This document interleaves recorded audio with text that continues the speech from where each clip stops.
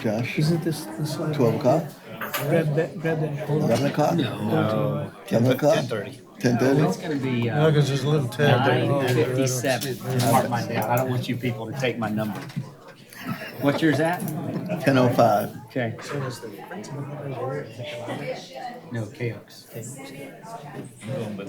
have 10:05. more control with the mouse on this one. 10:30. Yeah. Yeah, Don't you you're start probably telling a right. story or ask Frank to give another comment on something. Still, I'll laugh. You fall out of my chair laughing. I can't help myself now. So is this side against and this side for? Is that how this works? Okay, this is the groom side, this is the bride side. Yeah. Is that the way it is? It's actually mixed. Is it mixed? It is. They're sitting amongst each other, A little bit of they time. scattered. Go down here and hit the Internet Explorer. I think we just need to keep having issues. I like having a full house. I like the full house. That's I'm going nice. to work on some new jokes. We do. I think we're working on that tonight. Jokes? Man, it's Some jokes? 6:30. I got 29. 6:30. Okay. Got 29. Okay, then go to agenda.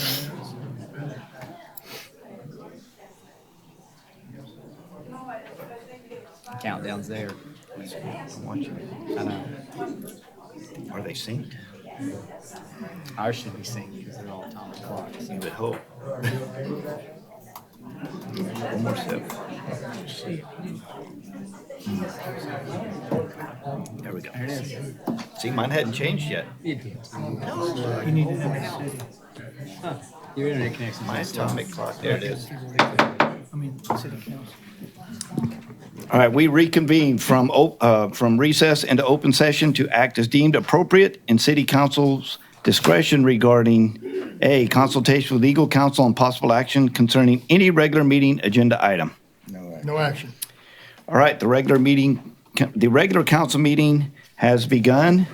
Senator, note that all of our council members are here. And if you would, please join me in the Pledge of Allegiance and the pledge to the Texas flag.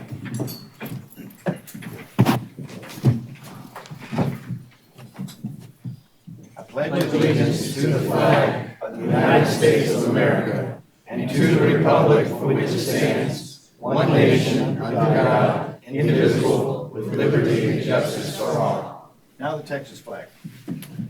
On the Texas flag, I pledge allegiance to thee, Texas, one state under God, one and indivisible. Thank you. You may be seated.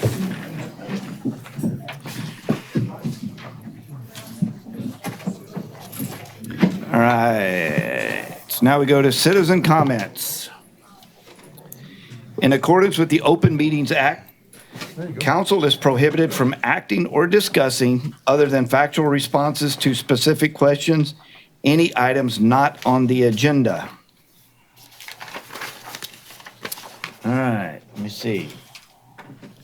First I Are have, we gonna have the things of interest? that's That's after the That's citizen next. comment. Is that after this? according to my agenda. I can go out of order if you want me to. Okay. No, that's fine. Okay. All right, Donnie Norman.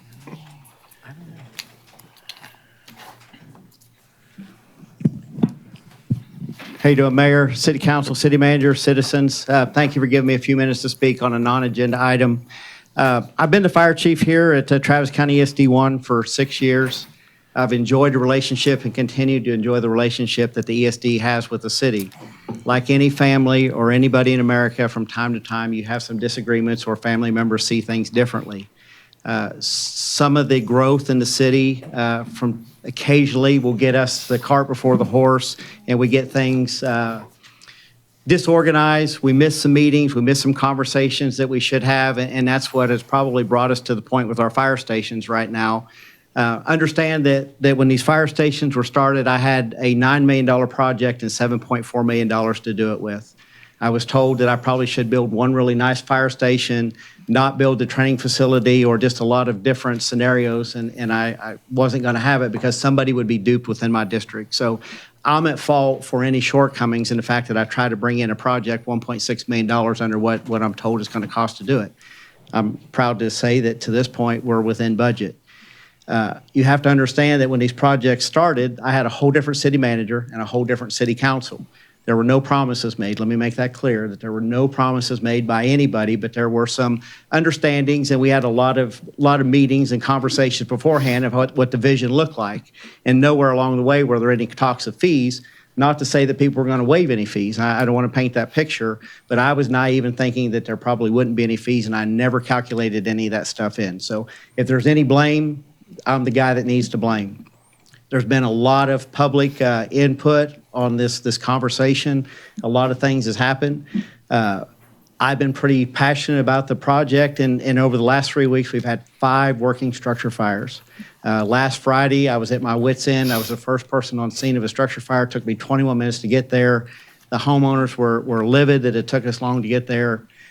It's a bad place for me to be in. It has nothing to do with the city of Lago Vista or anything. So when you have news media and you have cameras put in your face and they start wanting to put blame at you, the passion's rising, and you sit there and you watch $2 million burn before you. So that's where we are.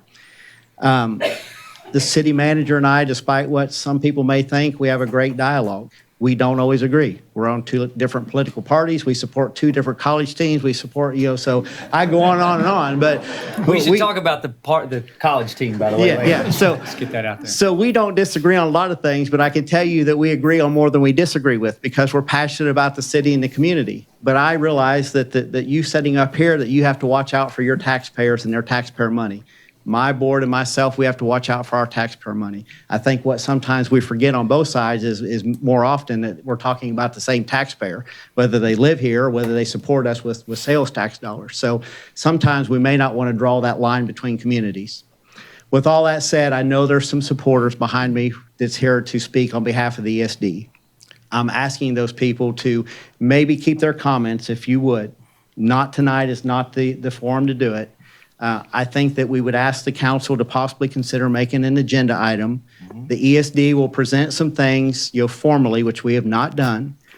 Readily admit that maybe we haven't followed the proper chain of command. Not that we are looking to bypass things, but we're in a kind of an unusual circumstance and an unusual thing that we're not a municipality and we're building fire stations for municipalities. So there's mistakes have been made. I'll readily admit that. So I ask my supporters, who are your supporters, that we make this an agenda item, give the city manager and I a chance to come up with some ideas that we think that may benefit all citizens concerned, bring it before the council. We'll let the citizens come and speak in a discussion if it pleases the council, and we'll move forward. And I know that we will be able to come to resolution. We've done many things as a city and an ESD together.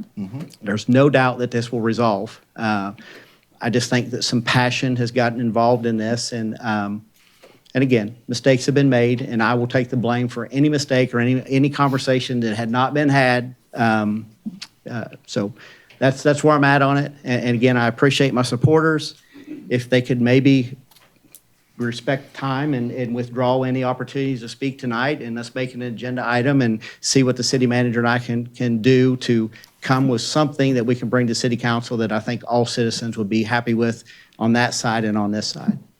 All right, are you looking for the next council meeting, or do you have a specific meeting in mind? So I don't have a calendar in front of me. I don't know what the next council meeting, what that date would be. December 5th. December 5th. It would have to be the one after that. I'm actually teaching. 19th. The 19th, December 19th works. Yeah, so we could look at December 19th. That would be great. And again, I continue to enjoy the relationship. I consider myself your fire chief. I am your fire chief. The fire stations will benefit a lot of folks. So December All right. 19th works for me. Cool. Thank you. Thank There you. you go. Is our clock working? Okay, I just making sure. It just seems low. So I know he made the request. I'm going to ask Mitch Deck.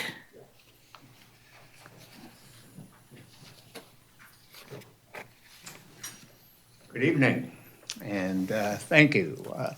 Chief Norman has pretty much covered some of the areas that I was going to talk about. It was I was mainly concerned that there seemed to be some dissension amongst the council on the level of support for ESD1 and ESD1's role within the community.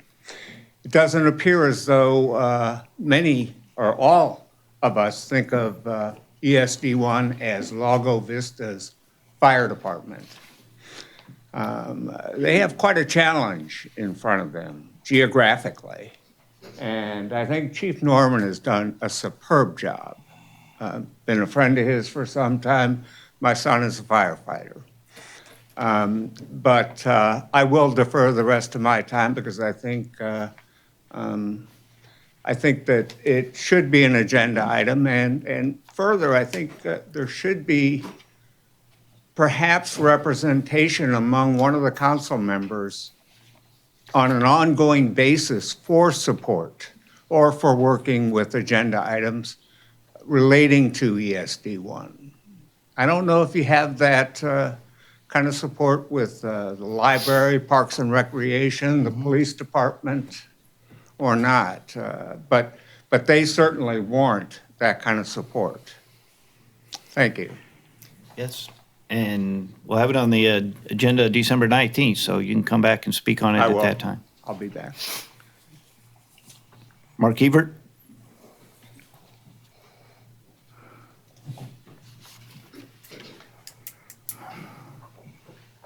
Yes, I'm Mark Everett, and I'm actually, just to introduce myself, I'm the president of the Travis County ESD1 Board of Directors, Board of Commissioners, actually.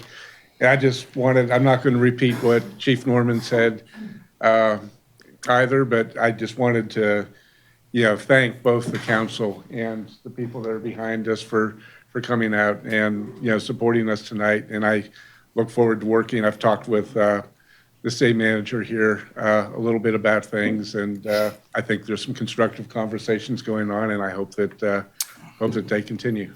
That's all I've got to say. Thank you. Thank you. Ron Smith?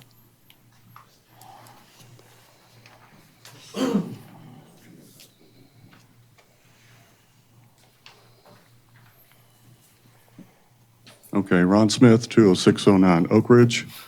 This is in regards to the possible sale of the home at 18001 Marshall's Harbor. If and when that property ever sells, I'd like to see it all used for debt reduction, either for Schedule 6, which is water treatment plant number 6, or Schedule 10, which is the actual Otwell House note itself. If you can't use it for those two, it needs to go for some utility-related item, because all those proceeds, all the money that's been paid thus far have come out of the water side. They need to stay on the water side and not be used on other things. That's all. Thank you.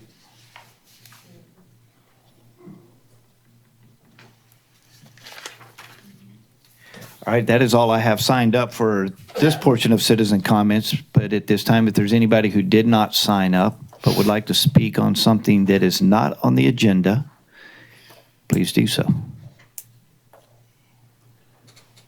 All right, I just have a question. As a council member, if we wish to address the council, is it possible for me to go down there and address the council? Is that inappropriate? I can't really respond to what has been said. You can, Can I respond to what's been said? if you choose to say it. Yeah. All right. The only thing that I'd like to add into it is that I think this council is very willing to work with the fire department. We have approved an increase in the money for the fire marshal. We have approved the increase in funds for our emergency director. When we had a request for changing the payout on our impact fees, that was voted on and agreed upon. The only thing that we need is a request. Tell us what we need to do. Let us know what's required. I think that you'll find a lot of support up here for anything that goes on with the fire department, but we've got to have something that we can put in our hands, look at, figure out how much it's going to cost our citizens, and then put it in place. So we get that. I think we can get a lot of things done. That's it. Thank you. All right, so now we go into items of community interest. Pursuant to Texas Government Code Section 551.0415, the City Council may report on any of the following items: expression of thanks, gratitude, and condolences, information regarding holiday schedules, recognition of individuals, reminders regarding City Council events, reminders regarding community events, and health and safety announcements. Mr. Mayor, I would like to express gratitude to the Lago Vista High School band and his director, and also to Mark Mogloy for doing Veterans Day with me out in the park. It turned out to be a nice event, and I just want to thank him, and that's it. All right, thank you. Mr. Mayor, I have two things. First off, I would like to express a big thank you to Ace Hardware. Last Saturday, with the fire department and a grant that Chief Norman got, we were able to pass out carbon monoxide smoke detectors in front of Ace Hardware. Ace Hardware gave those to us at cost. Some members of the Lions Club came out and helped us with distributing them. We had the fire department there intermittently. It was we had a couple of people that came out to specifically talk to Chief Norman just right after all the lights went on, and he went shooting up the road. So then a little bit later, all our fire trucks took off up the road. But would like to thank the members of the Lions Club and Ace Hardware for supporting that event. Second thing, tomorrow night you need to bring your money and come out to the K Oaks. We are having the Friends of the Library annual membership. There will be some wonderful pork loin that's being prepared by the Lions Club. There will be a silent auction with funds going to the library. It is a time to come out, set up your membership, get involved, and support our library committee, our library, Friends of our Library. So please, tomorrow night, 5 to 7, I believe, or 5 to 8? 5 to 7. 5 to 7. Tomorrow evening, K Oaks Clubhouse. Come on out, join us, get a good meal, and buy a bunch of stuff in the silent auction. Anybody else? Holiday schedule for next week? The tree lighting, Mayor, is December 2nd, so we won't have another meeting before that. So this tree lighting event, which is turned into a major event out here in Town Square, December 2nd in the parking lot. And despite what anybody thinks, I am not granting any snow days this year.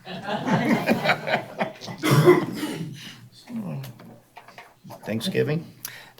Closed on Thanksgiving, yes, sir. Anybody else? All right.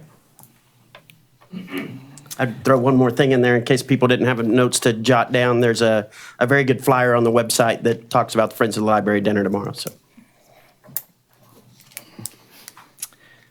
Number 3, City Secretary to administer the statement of officer and oath of office to newly re-elected Mayor Tidwell and council members David Williams, Arch Davila, and Dick Weatherly. Do we have to come down there? I might as well. I think Dick's wife wants to take a picture, so. You never know.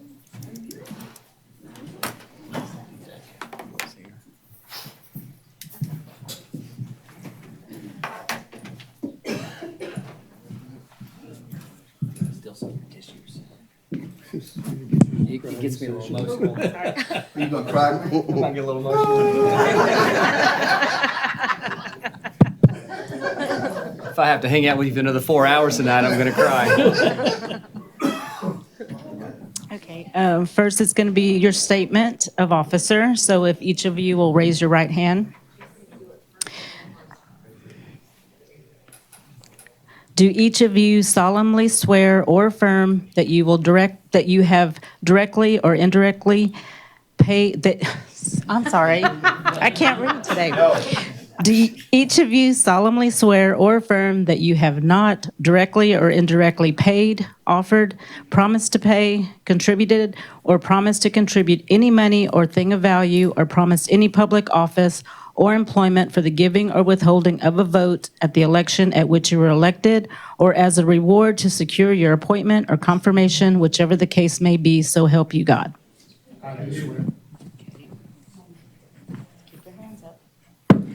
It might take you a little while. And this is your oath of office. Do each of you solemnly swear or affirm that you will faithfully execute the duties of the office of Mayor of the City of Lago Vista, Councilmember Place 1, Councilmember Place 3, and Councilmember Place 5 for the City of Lago Vista of the State of Texas, and will, to the best of your ability, preserve, protect, and defend the Constitution and laws of the United States and of this state, so help you God? I have your paperwork and your certificate. I did. It's still going. I guess you gotta take their word for it. Well,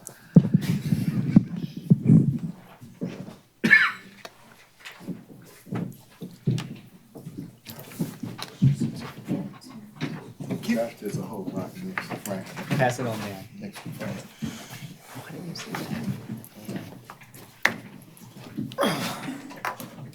There's two of them, aren't there?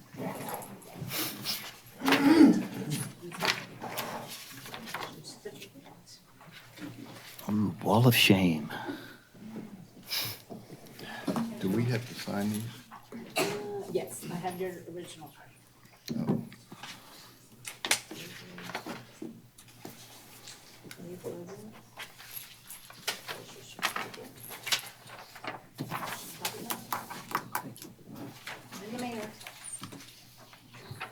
Thank you.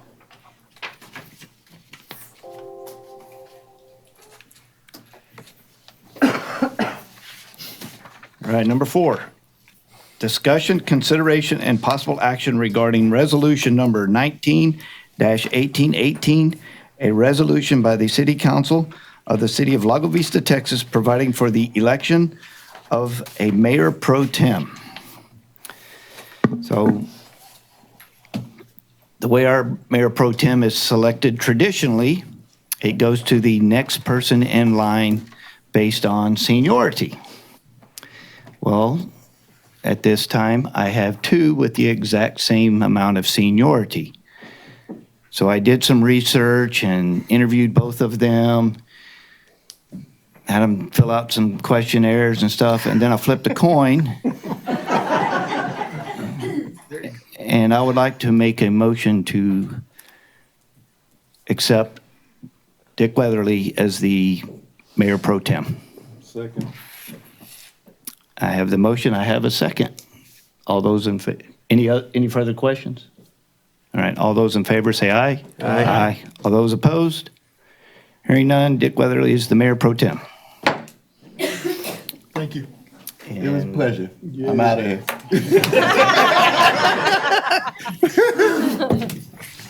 That sounds like a contradiction and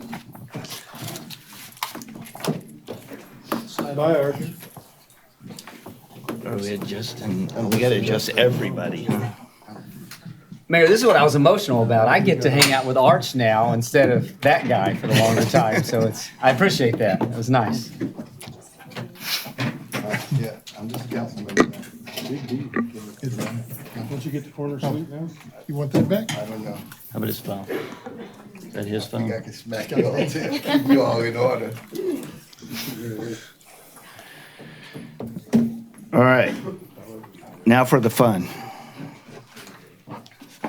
Public hearing and possible action. Number 5, the Lago Vista City Council is holding a public hearing to consider ordinance number 19-11-21-01, an ordinance of the City Council of Lago Vista, Texas, amending a portion of the current Marshall's Harbor Plan Development District, PDD, hereinafter to be referred to as the Waterlights Planned Development District, PDD, in order to modify the uses and development regulations specifically applicable to the following property: Lot 44, Lot 45, Lot 47, Lot 48, Lot 49AA, Lot 50, Lot 52 through Lot 54, Lot 57, Lot 58, Lots 60 through Lot 66, and Lot 68 through Lot 73 of Marshall Harbor's subdivision. And the public hearing is already open. We'll start with staff summary. Honorable Mayor, council members, with the consent of both the city manager and the city attorney, we have left your packet exactly as it was at the last meeting, primarily for the purpose of preserving this forum as the appropriate place for any new information and new comments, other than a reminder that there is a lot that's in your legal description that we have subsequently determined had been withdrawn from the application. I just as soon be available to answer any questions and preserve as much time as possible for those new comments and new information from both the applicants and any opponents to the application. All right. Does anybody have any questions for Roy? Yes. Oh, nothing. Okay. Lost that. It's the most All right. to the point we've ever seen you.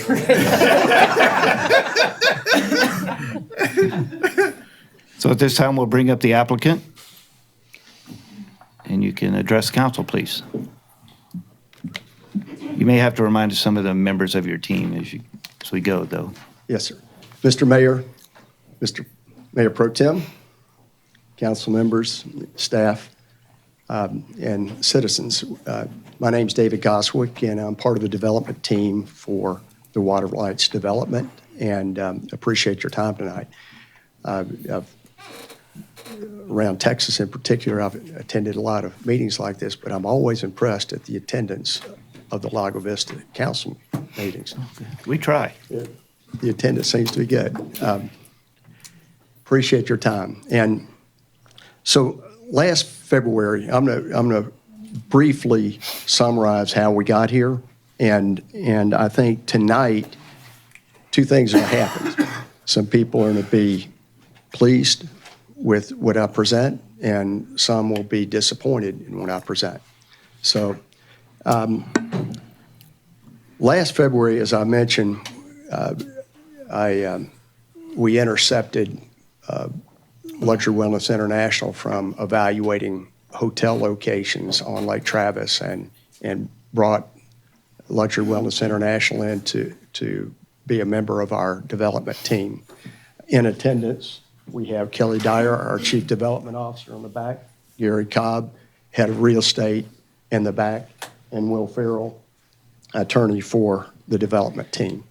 But I thought that there were a lot of comments in the last session by citizens about concerns about experience or the capabilities of performing. And I thought it may help if we pull back and look at really what a developer does. And a developer frequently starts with looking at raw land or a situation with vision. So this is the vision that the Waterlights development team has put out there. And I'm going to go quickly through about 10 or 12 slides, but I think all of it represents the potential of property within Lago Vista, and more specifically, the property we're looking at. I mean, Lake Travis obviously is spectacular, and Lago Vista is very fortunate to have a position on Lake Travis.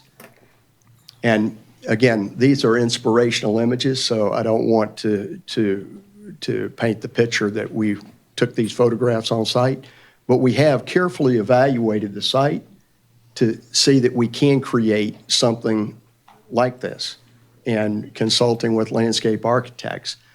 And it's really the opportunity to become the gateway to the Texas Hill Country and create scenarios like this. You know, it may be a little bit of a stretch to arrive by water, but certainly that was the initial vision from the very first day that the development team came together is, what if we could create a sense of arrival by water? And then what do people really want? This is so close to nature. This is a great opportunity to create an experience and connect within the greater network of parks eventually and trails within the community.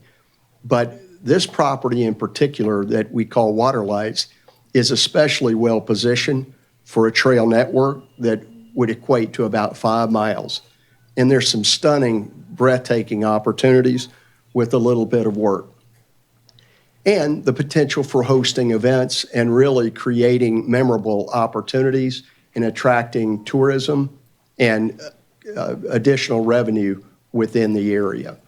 So a tourist, there's research out there that what is the value of a tourist? And I think in general, they spend about 5 times that of a local. And, you know, all these views are not of Lake Travis, but the idea of really a place for all ages forever. And when you look at the demographics of Lago Vista, it's a little bit older than the rest of the state and the United States. But we see that as a tremendous opportunity to serve the needs of today's residents and tomorrow's as well, with children, grandchildren, great-grandchildren, et cetera. And then the idea of location by air. You all are blessed with a great airport that could attract a certain audience, and we believe that we would benefit at Waterlights. But it's only 55 minutes from Austin's major airport as well. And then when you look at why is this feasible? What are the audiences? I think primary housing is one of them. There's a lot of job creation that will occur within Lago Vista, a lot. But in addition to that, we believe that people will come from all over the state and all over the United States for that matter. And it's a short drive. So I think probably the elephant in the room is the hotel. And so when we approached Luxury Wellness International, we brought them across the lake, showed them this site. They fell in love with a particular location on the water. And I think that's the topic today for that discussion is what makes it great, what makes it feasible. And there was a study done, a feasibility study. And yes, it came back and it was quite expensive, but we kind of knew that going into it. So this is the image and the vision, and a lot of money's been invested by the development team to get to this point. But I thought it would also help if we looked at some of the body of work of Nord Architects and Bill Nord in particular, of work that he's done around. So I have 10 slides, then we'll move on. But the Hyatt Regency Huntington Beach, architect of record.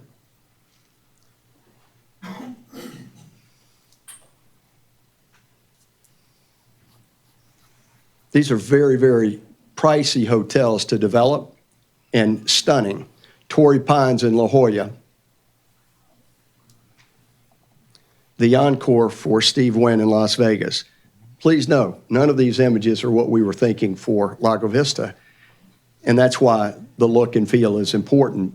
But these are very, very complex, very, very sophisticated developments. And Mr. Robbins, your concerns about the complexities of this development certainly are merited, but some of these are a lot more complicated than the development that we are planning. Los Cabos. And then inspirational images for the residential and the tax revenue. But we've listened to the comments from the city, and even though this has been approved by P&Z, at this time, our plan is to pull the hotel off of the peninsula. And the Nords are going to evaluate other locations on Lake Travis, but in terms of of the peninsula, we're going to pull that. So it's, you know, in a way, it's unfortunate, but the property the peninsula as is entitled for 56 condominium units, waterfront condominium units. And as we look at the economics, which is critical for any development, that works as well. So what we do know is there's tremendous interest in the marketplace. Cities and places earn a reputation for being open for business, and we want to help evangelize that and create broad awareness. I posted on LinkedIn. I do have a lot of LinkedIn connections, about 20,000, but I posted some of the images announcing this project, and within just a few days, 4,800 reactions occurred. And those reactions came from, number one, Houston with 588. New York City, surprisingly, was number two with 159, probably for a couple of reasons. Media, major media, and also the financial center.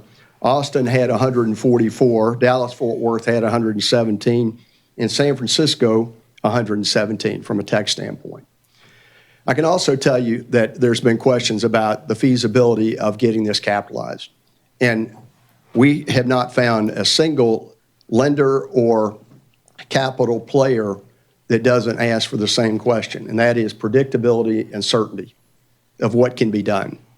And so the peninsula, the debate on that doesn't make it viable here, but I can tell you this, that there's two major players that are multi-billion-dollar firms, and if I mention one of them, everybody in the room and everyone in America would recognize the name. And they follow around the great architects in the hospitality industry. So I'm confident the hotel will happen, and we certainly have what is planned for a great overall community. But so if you have other suggestions, nominations for a location for a hotel in Lago Vista, we'd certainly appreciate that tip. So in kind of handing the ball off, this is what could happen. And I do think that there is a risk that if we don't come together and really work on a fully integrated plan, a market-driven master plan. This is not a big project. I mean, it's big, but it's a boutique master plan. This is not a giant master plan community, and it can be managed, and there is a window of opportunity because we have contracts in with hard money with all the properties minus really 3. So we're ready to perform. We put something up for consideration on the setbacks and minor adjustments that we think are reasonable. And they're reasonable not just for our development team, but if we weren't developing this site, eventually everyone's going to want that. So with that, I appreciate the opportunity to come, and we appreciate your patience and the interest of the community. So thank you, sir. All right, thank you. Anybody have any questions for the applicant? So,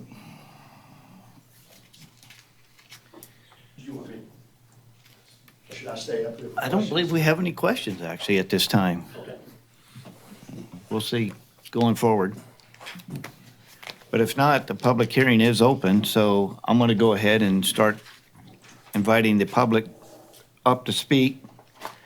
I know last time I had quite a few that wanted to donate their time to Ms. Mitchell, and some of those have been designated, some I do not, so I'm going to go down the list, and if you're one of those that wants to give your time, please let me know so I can add that to the stack, and then I'll call Ms. Mitchell up at the end.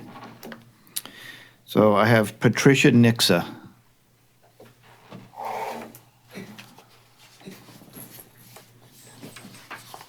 I'm Patricia Nixa, 4505 Rimrock Drive.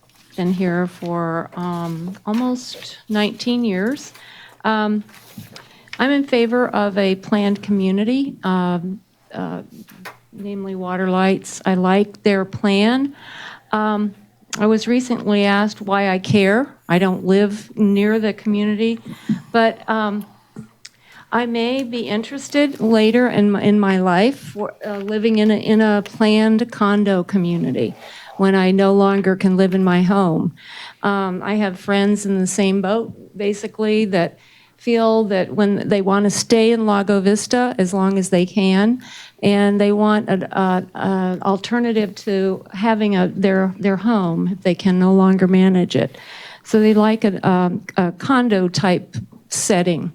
And I like the fact that they're going to have a activities center, trails. I like the fact that it's going to be near the water, near the lake, so I can be close to the lake and walk to the lake. And as far as the hotel, I guess they've dropped that, but I think people doubt that a hotel will go in our community, but if it's a conference center, a hotel with a small hotel with a conference center, I can envision companies bringing meetings out here. I've been to meetings when I was working to more remote locations than this, so that you're out away from your office, and you have your meetings, and then you have a hotel in which to stay. So I like the idea of a small boutique hotel.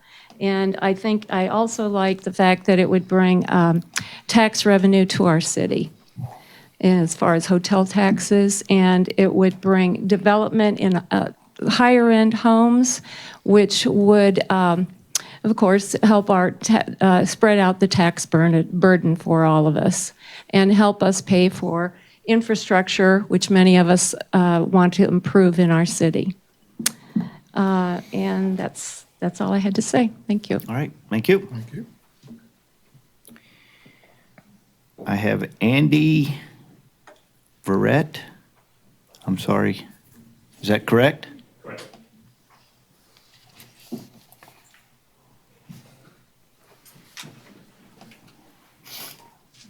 Hey, good evening, Mr. Mayor, Councilman. My name is Andy Verrett. I just came to speak tonight about living on acreage. I live here locally across from the high school on just under 6 acres.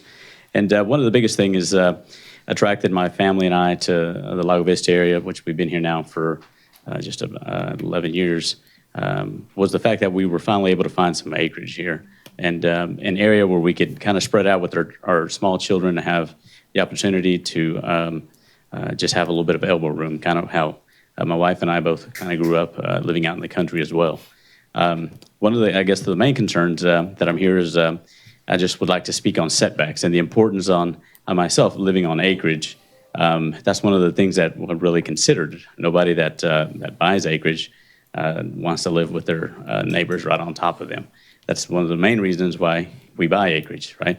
Otherwise, we would look somewhere else where we wouldn't have those type of boundary sets. So that was just my concern in reference to that. And I just wanted to speak on the fact that there are families here in Lago Vista that are looking for lots that are on acreage. I know they're hard to find. We moved away for some time to New Braunfels. That wasn't for us, and we came back to where our home was here in Lago Vista, and this is where our wife and kids really enjoy to be. So thank you for your time. Thank you.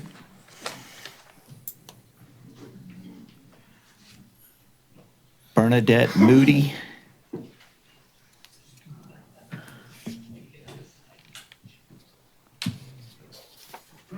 Hi, my name is Bernadette Moody, and my husband and I have lived in Lago Vista for at least 10 years, and we live at 20,000 Lincoln Cove.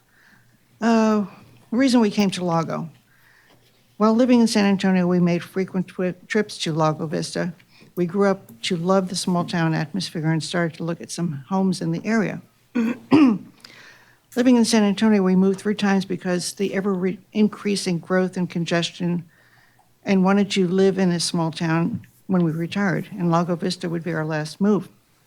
With that said, my husband and I are very upset and dismayed with having zoning changes request for water rights development and support Paul and Deanna Roberts' objection to the project.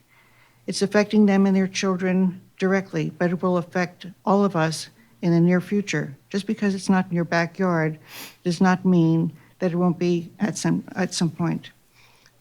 We now have a gas station being built on Boggy and Loman Ford, not too far from our home, and adding to the 4 that we already have in Lago Vista.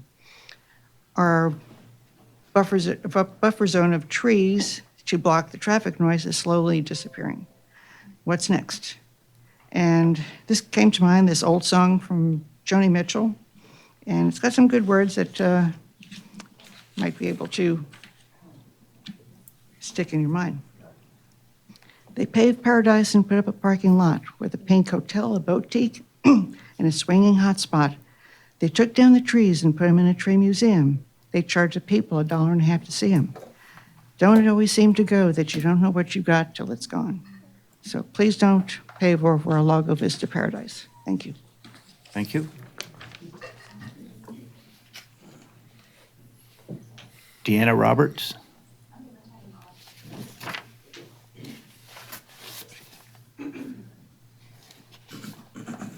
Molly, are you giving your time to yourself? I give it my time. Mindy Strusaker?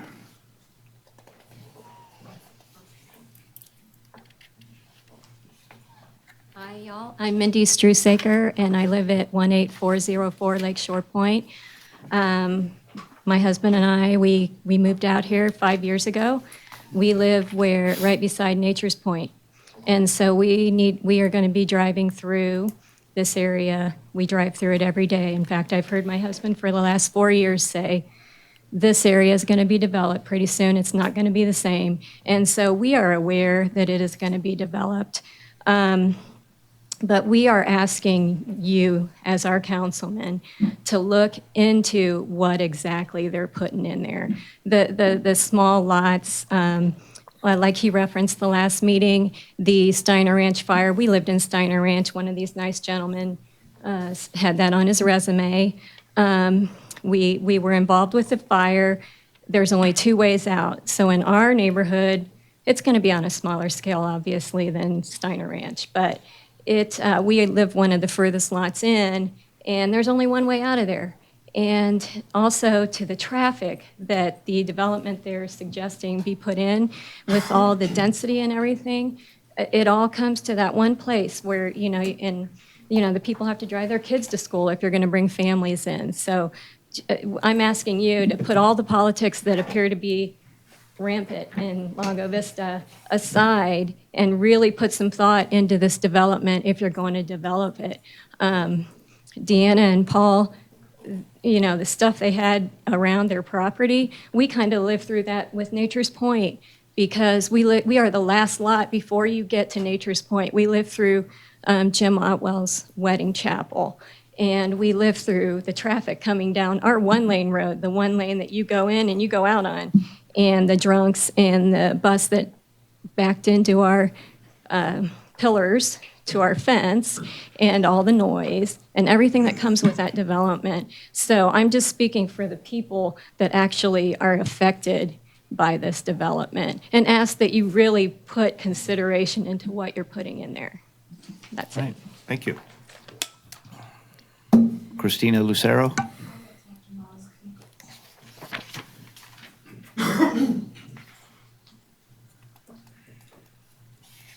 Daniel Cobrick. Thank you for pronouncing it for me. Sam Payne. I'll give my time to Molly. Greg Swan. Again, Molly. Karen Pike. I'd like to give my time to Molly. Anna Jandro.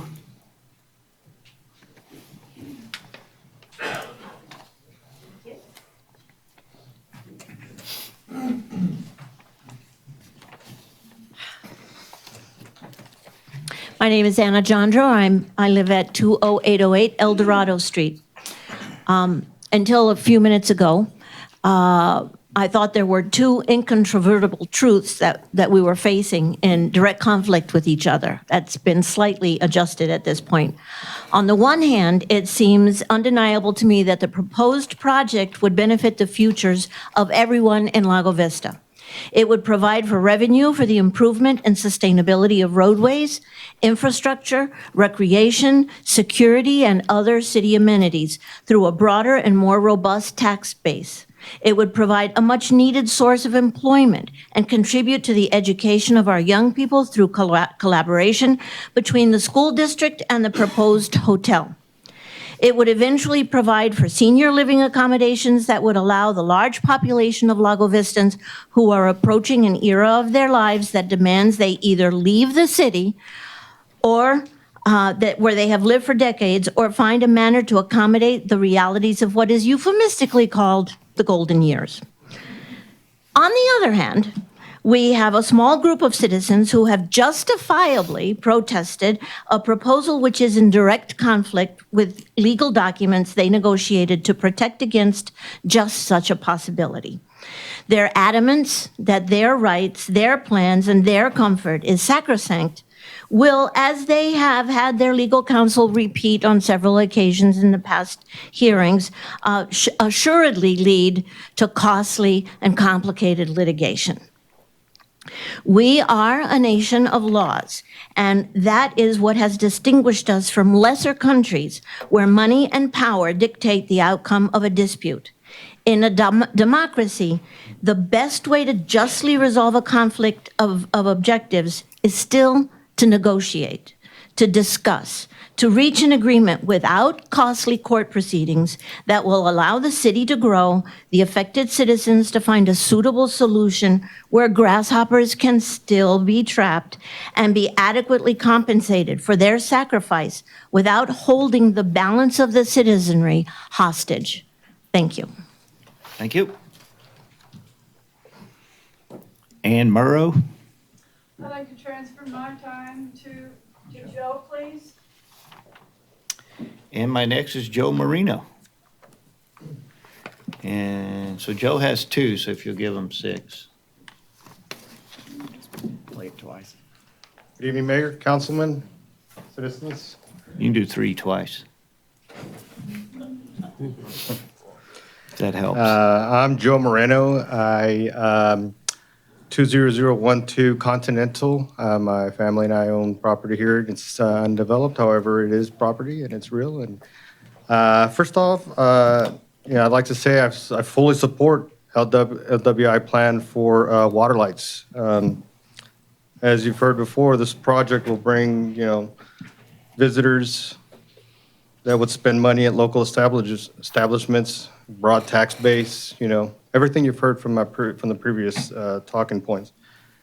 My work takes me all over Central Texas, cities like Kingsland, Marble Falls, et cetera. I look at them and I see, wow, these are great communities. And here in Lago Vista, I feel like it's just a lot prettier. It's beautiful here. Why can't we have nice developments such as those cities? There's a lot of building going on, but there are houses that are just going up really quick, cheaply, in my opinion. I mean, I'm not going to say anything of that nature, but I mean, I feel like this development would bring quality builds for everyone that would like to purchase them. I'd really like to buy into the idea of the retirement community for my folks as well. They currently live in Cedar Park, and it's just a little bit of a trek for them to come out and visit. I would love to have them right around the corner.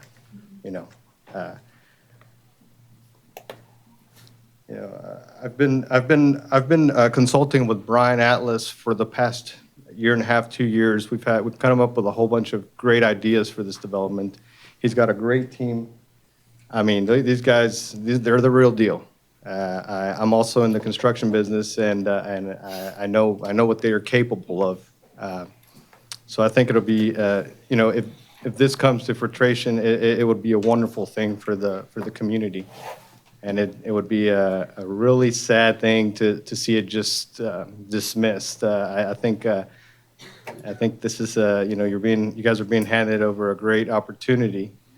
Large lots, 5-acre lots in that nature, that doesn't sell very well. It doesn't move. I hear a lot about congestion and fires and things of that nature. The setbacks are not set. These lots will remain that way, will remain vacant.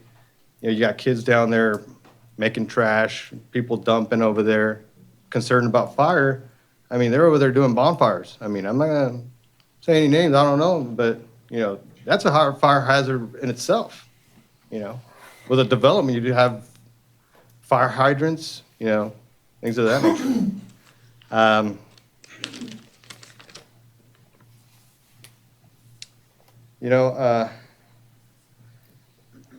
When I've been talking to Brian, he's let me know he's spent over $15 million in this. And, dealing with infrastructure plus the cost of the land. He's also negotiated with previous school superintendents, bringing fiber both to the school and to the development. That's pretty big, It's my understanding that some of the utilities as well, such as sewer, were enlarged to accommodate the high school.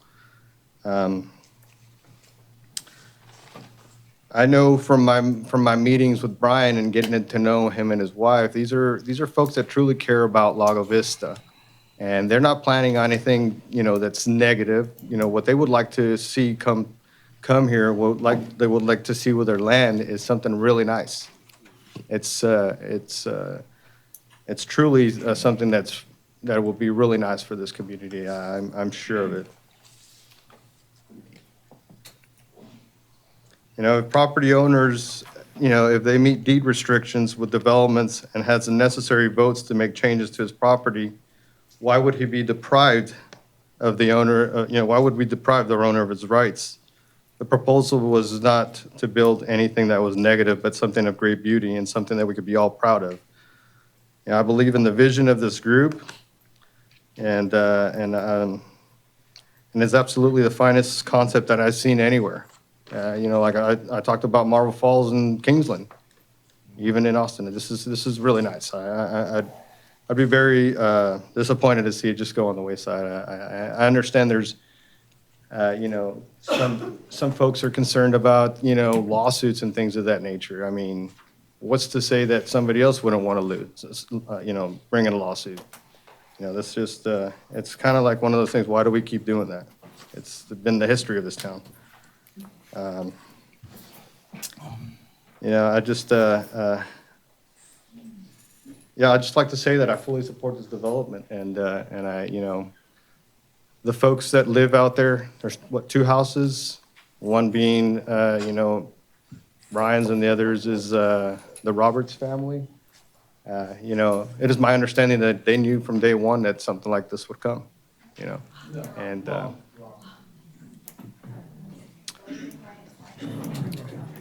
All right. Continue. I think I've said enough. I appreciate y'all's time, and thank you. Thank you.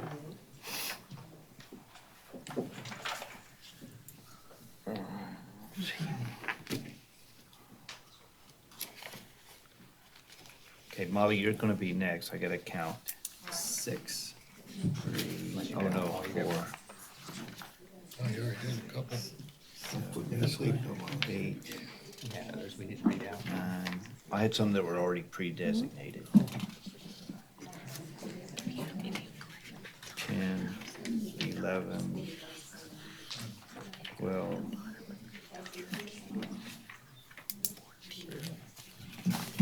I have 14. That's, in theory, that's 42 minutes. Hopefully you I do would not have to need think. 42. You'll have to hand me a phone book to read if we're doing that. So one thing. No gerrymandering or whatever it's called, filibustering. That was close.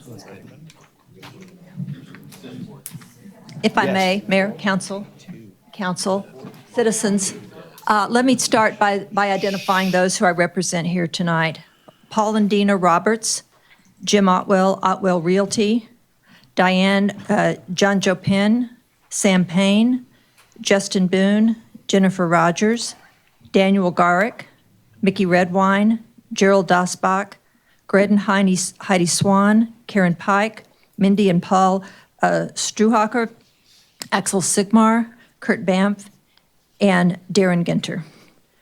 One thing I did not hear, I got a letter early today, or got a copy of a letter early today from Mr. Farrell to Mr. Ray, the city manager, and others indicating they were withdrawing requests for any zoning change. And I didn't really hear that in the opening, so I'm honestly not sure where we are. I was operating under the assumption that he says, please also be advised that any and all requests to change the actual zoning for any tracts have been withdrawn from consideration.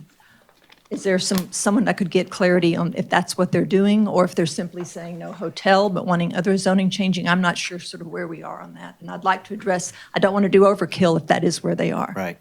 Mr. Goswick, did you have an answer for that? I mean, I tried to be as clear as I could. We're not changing the land use or requesting a land use change or a zoning change. Mr. Farrell, will you please come to the mic? People are watching on YouTube. I apologize. All right, William Farrell, counsel for the LWI, the development team. As I stated in my letter, we have withdrawn all requests to change any of the land use or the zoning that pertains to any of the tracts that make up the Water Lights PDD. Okay. So I don't think I can, is that good? That is good. Okay. And I appreciate that. Again, I didn't want to do a lot of overkill of arguments that we're not looking at anymore. So based upon this letter and what we just heard, it is my understanding that the only thing that they're asking for from this council today are some amendments from the PDD and that are referenced in that letter. And I tracked those, and they appear to be setbacks, construction height, some issues about parking, whether you can park a boat in your yard, masonry, minimum square footage, and those types of things. I like to address those sort of by categories, which is all of the categories together. It strikes me why we're talking about that at a zoning in a zoning matter, in a zoning application. Really, none of those are zoning. They fall into categories of setbacks, which are platting. For instance, as right now these lots are zoned, we're talking about 5-foot side setbacks on 5-acre lots, which is absurd. The setbacks are driven by how many lots do you have, where's the street, what type of construction you're doing, and if they're not changing zoning, we're talking 3-acre, 5-acre, 4-acre lots. And so their proposed change to, again, they're asking for a move from 90 feet in front, 50 on side, and 50 in back. They want to move to 20, 15, and 5. And again, if you're looking at 5-acre lots, those are just absurd setbacks. If they're going to make a plat application with higher density, with different construction, then we look at setbacks in that context. So I would ask that those not be considered. Likewise, when we're talking about masonry or not masonry, not a platting issue. The square footage of homes, not a platting issue. Once they've said to this council, which you just did, we're withdrawing all requests for platting or usage, really the conversation should be over for purposes of this hearing, because all issues of compatibility, change in circumstance really don't apply when you're talking about the things that they're asking to change. Those are items that can be appropriately changed if they have the votes to do so in the CC&Rs, because the changes they're proposing right now are contrary to those. But when you're talking about how much masonry can you park in your yard, where you can put a boat, can you do 4,500 square feet? All of those things are in the CC&Rs. They can be addressed that way if they have the votes. Again, setbacks, issues that would potentially be done in platting can be addressed in platting. One thing I heard in the opening from Mr. Goswick, he said, really what we need is a fully integrated plan. If we're going to be talking about the things that they are asking you to look at, the things that are left, once the zoning's gone and the change of use is gone, those do need to be presented where the council and planning and look at them and say, how does this work in a plat? Where are you putting the streets, the roads, the entrance, the setbacks? That's the proper time for consideration of those items. And I would just ask really the council to deny the application because we're no longer talking about plating issues. There is some question in what they have left, whether they are still talking about changing any uses or heights for the condominiums. They reference a condominium height change to 65 feet from 35. Again, I'm addressing it because it's still in what they're asking you to do. Those are not not zoning issues, not use issues.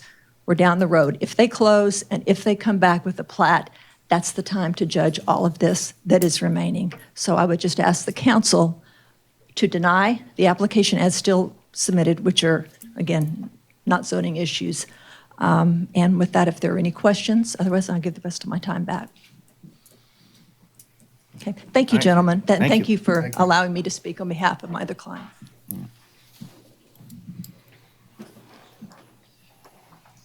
Mr. Farrell?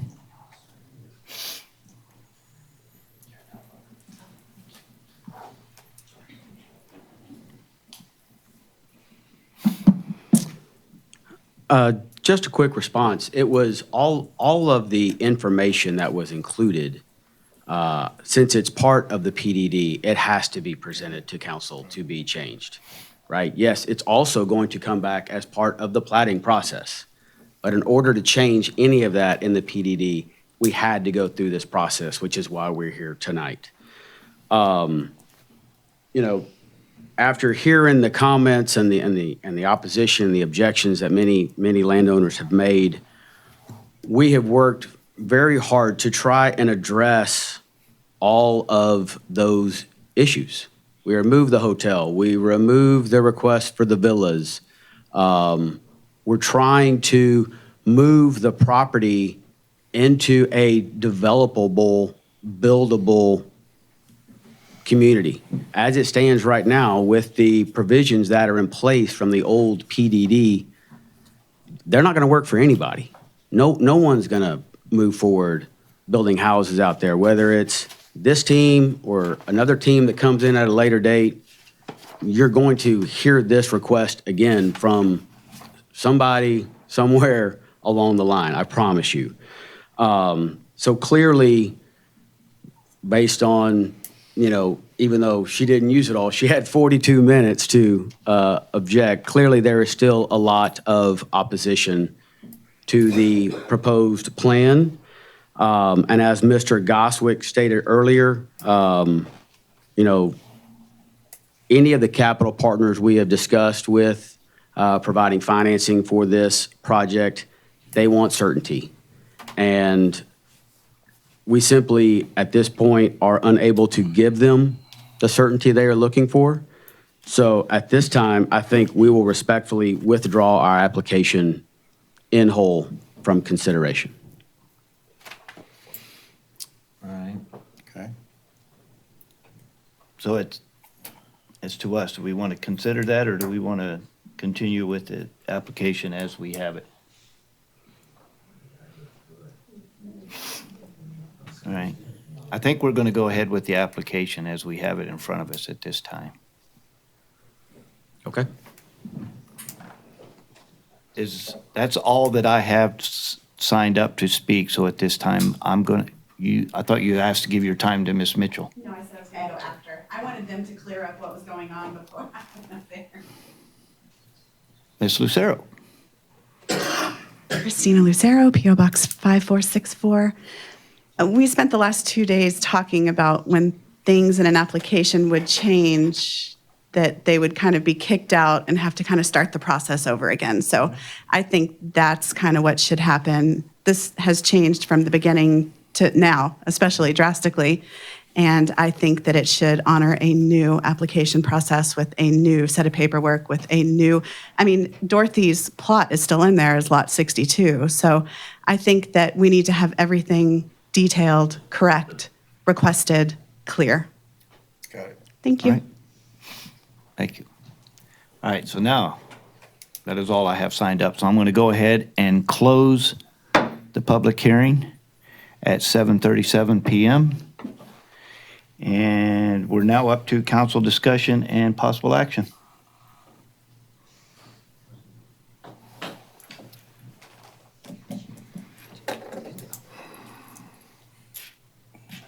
Where is it? Anybody? Where's the ordinance number? Let me borrow your paper.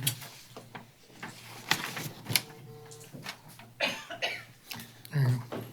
Mr. Mayor, I make a motion that we decline ordinance number 19-11-21-01. Second. All right, I have a motion to decline and a second. Any further discussion? Motion to deny. Motion to deny and a second. All right. All those in favor say aye. Aye. All those opposed? Hearing none, the motion is denied. All right.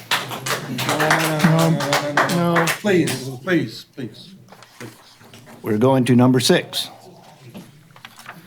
The Lago Vista City Council is holding a public hearing to consider an ordinance of the City Council of Lago Vista, Texas, amending Appendix A fee schedule, Article 3.000, building-related fees, to amend Section 3.100, building permit fees, Article 5.000, subdivision fees, Section 4.200, peddlers, solicitors, and certain temporary vendors, Article 6.000. You want to let them clear it out? Oh, let them clear out.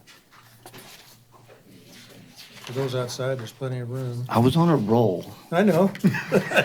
Now we don't know where You it was at. Nobody's You know how many numbers are in dots and You can stuff? continue. You can continue on. You don't have to read it over again, just continue. Was that Mr. Collins that seconded? Yes. Yes. Sorry.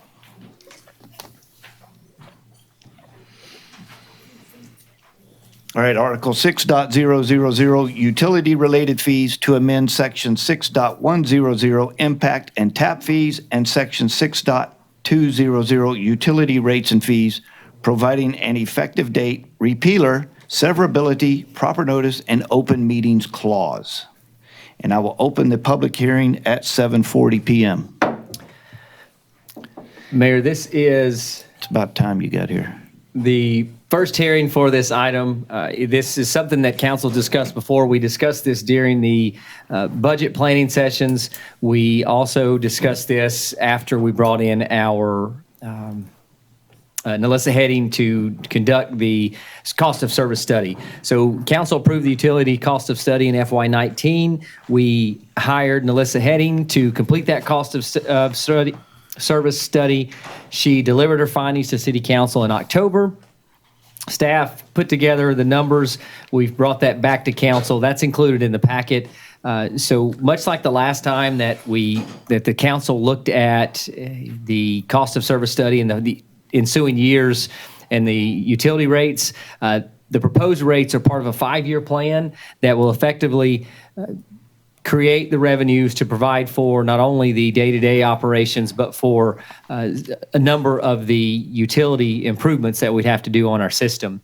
The attachment that's included in the packet will show you that the base rates for water in terms of residential, irrigation, and commercial are proposed to remain the same in FY20, and then the base rate for sewer, residential, and commercial will increase in FY20.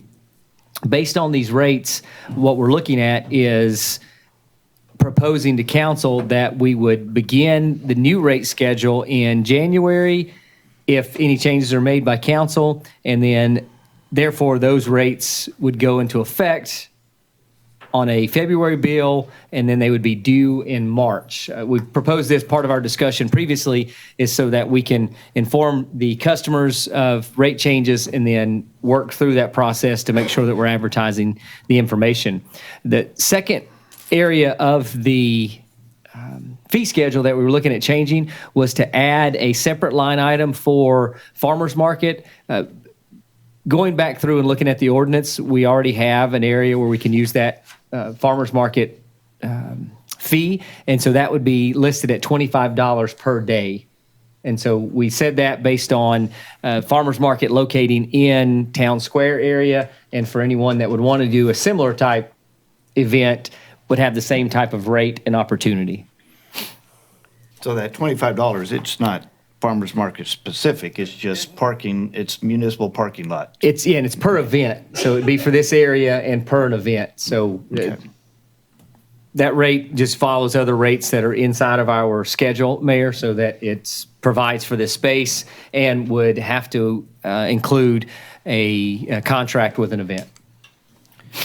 So for those, we're not going to go through the whole water impact study, but just a brief recap, when we did this 5 years ago or 4 years ago, at the time we were having to compensate and fund our water utility department with about $1 million from our general fund. And we were at that time advised we needed to increase our rates 28% over a certain period of time to get it up back to where we needed to be. Since then, we've done a few years. We have not done a few years, but in that time frame, we've got it to where we are now about $600,000 funding from general fund instead of $1 million. So we have made about a 40% gain in that time period, but we're still looking at having to adjust our rates to try and get it so that its water is self-funding. So that's why we're looking at these rate fees and these changes. Yes. Mayor, clarifying so if no one's looking at the schedule, what we presented is, as I said, the base rate of $36.52 would stay the same if we're talking about residential. Currently, and that includes the first 2,000 gallons. So if you're a low user household and you're using less than 2,000 gallons, then there is no rate increase. And that's one of the things that was established by the previous council when they did the last cost of service study. The customer base using 2,001 gallons to 5,000 gallons would then pay $5.25 per 1,000 gallons of usage. That would be a 21-cent per 1,000 gallon increase. So if you're using, currently, if you're using the 2001, then you're going to pay $5.04. If you're using 2001 now, you'd pay $5.25 per 1,000 after the 2,000. Gotcha. And so that's the first three layers are the areas where the increase is proposed for FY20. That would go, as I said, the $5.04 would be raised to $5.25 per 1,000 gallons. The 5,000 and to 10,000 range would go from $6.29 per 1,000 gallons to $6.50 per 1,000 gallons. So that one is also a 21 cent per 1,000 gallon increase. Now you can see it on the screen, so it's pointless for me to say it again. But then the third level, my final point there was the third level, which is 5,000 to 10,000, and then the 10,000 to 15,000 also increase. So that's how those increases are applied to stagger out those uses, but to not impact the lowest level of water usage. And I didn't go and look at what the average household use is for Lago Vista. I just did some numbers based on that 5,000. And at 5,000, your bill is going to go up $2.83. No, I did not. I just went for what we're looking at for tonight. Take into account anything you negotiated with ESP1 about water? No. So that, Mayor, what's on the screen now, that's the bottom half of that sheet. So you're not seeing the numbers I was just telling you. If Dave scrolls up more, you're going to see the top. Thank you. I didn't ask him to put those on the screen, so that's my fault. But you'll see at the top section's the residential, water rate residential, and then the second section's water rates commercial. Part of that cost of service study is to make sure that the users are paying an adequate rate to provide for that service. And you have a separation between residential and a separation between commercial. As I said in the summary, the base rates are staying the same, and then the cost for usage are what we're proposing changing. One of the things that we wanted to stay consistent was to encourage the conservancy of water. So people that are using more water, for all the things that we've looked at, if you're just running spigots longer or taking longer showers because they're fantastic, then you're going to pay a higher rate.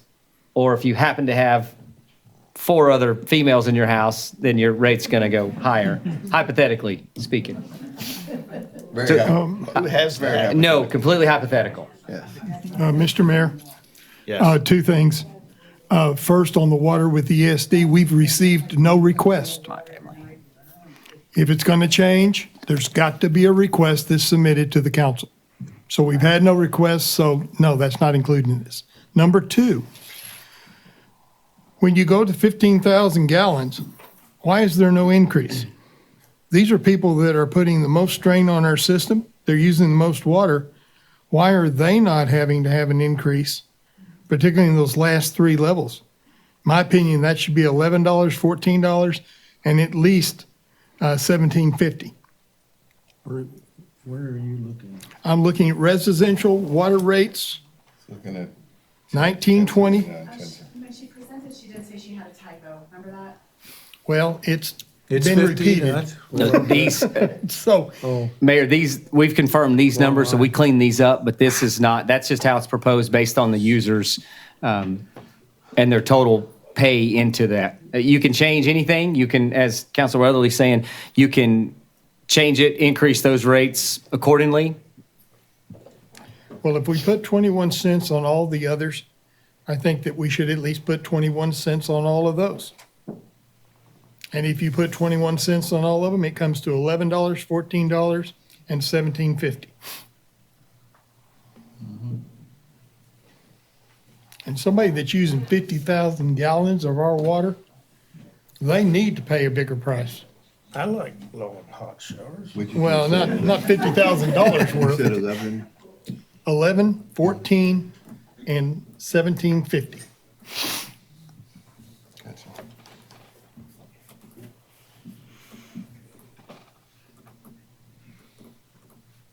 Okay. Anyone else? All right, this is a public hearing, and I have some people who have signed up to speak on this. First of all is Mr. Kevin Sullivan. We figured we'd get you out the way, man. The troublemaker, get him out of the way quick. You're already throwing me off. The thing's different. What are you doing here? Evening's relatively early. Okay, Kevin You do Sullivan. not have 42 minutes. I don't want 42 minutes, Mayor. I'm going to try and make this as short as I possibly can. Kevin Sullivan, 3933 Outpost Trace. I read this last couple days. It's designing water rate structures for conservation and revenue stability. Yes, I have no life, okay? The Sierra Club and another environmental group were part of putting this together. So that's a little bit of context, a little more context. While I was on council, water rates were probably the 3rd highest thing I got complaints about. People said our rates are too high, and we've talked about this before. I think the thing that needs to be, point that needs to be made is that we've got to have revenue stability to make sure that we can pay for the infrastructure we've already put in place and the infrastructure that we know we will need to put in place in the future. Correct. We know we're growing. Mayor, I think I'm going to use a number that you gave last time. Please correct me if I'm wrong, but I thought you made the comment that our water use has actually decreased over the last 3 or 4 years, like from 3.5 million gallons to 2.7, and that's during a time frame when we've had 1,000 houses built in the community, okay? So what that means is that what Melisa gave us focused on the conservation side of things and not on the rate stability side of things.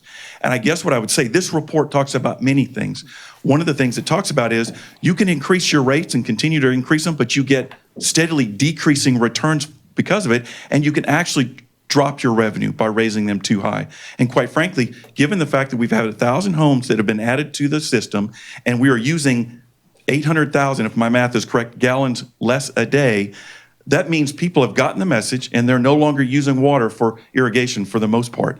Those are the people that drive revenue for the system. So you can increase on those higher amounts, Mr. Weatherly, but my guess is what will happen is we will drive less revenue over time because people have stopped using water. And I said this last time I was up, I really wish we would stop and take a look at optimization of revenue, not purely punitive, raising rates for conservation, but how can we optimize optimize revenue for the system so we make sure we can pay for all the infrastructure we put in place. One of the things that's in here, they have 3 different, and I'm going to email you guys all this so you who don't have lives either can read it at your leisure. It talks about at the very end 3 different scenarios, big city, but then it has a small city like us. And what it talks about is instead of jacking up volumetric rates is you establish your base rate a little bit higher to make sure you have the revenue stability that you need, and then have the appropriate volumetric rates. Again, I'll send it to you. You can read it and have to your heart's content. I hope you don't take action tonight. I hope that you research this a little bit more and think about optimization of revenue, not just punitive volumetric rates. Thank you very much. Appreciate the time. Thank you. We still kind of have this infinity loop of it's costing so much to bring out of the ground, and clean and process and deliver is more than what we're charging. So we're taking money out of, you pay a tax, and then your tax money's going to down subsidize the water, where the water's going up. It's an infinity loop. I mean, And I think where do you go? of rates is what is causing that, because you're lowering use because of the rates. And also, you all need to flush more often. Our effluent use has gone down. I think one of the things that we're seeing is that, yes, we're building a lot of new homes. A lot of people are remodeling their homes, and everybody is putting in the low volume flush toilets. The other thing that we're seeing is so much scenescaping. People all over town are putting in rock yards, running concrete, doing things to prevent that necessity to go out and water the yard when we're in the middle of a drought and the grass is all dying. So part of it is a result of the drought that we just experienced 4 or 5 years ago, and the restrictions that were put on at that time, and the fact that we've never come out of phase 2 restrictions. We're still limiting the days that you can water. We're still cutting back on how much water you can put out on your yard. And as long as we do that, then there's going to be less water use. Now, whether changing those rates would increase water usage, I just can't really see that in our community that would work. I can guarantee at my house, you lower the rates, the only thing that's going to change is how much I'm paying the city, because the water usage is going to stay the same. A little bit of break, maybe charging me a little bit more, giving me a break on the volumetric, is not going to change the amount of water that's used around my house. And I think there's quite a few people in our community that's the same story. So I appreciate what you're saying and appreciate the information. I look forward to reading that because I have no life. But in my mind, from what I've seen and talking with people, I can't see that that's going to make that much difference in what we could collect as revenue. I don't think that raising the base rate is going to do anything but put a bind on our poorest citizens. Yeah, I'd ask Elisa, because I know in the last study that we did, we really adjusted the base rate more than we did the volumetric. And I don't know if that's where that stabilization, it's why we left it at it. I'd have to ask her on her recommendations on that side of it. I'd like to just throw one thing in here. I'm not going to read that whole report. I think it's just common sense. Don't waste water.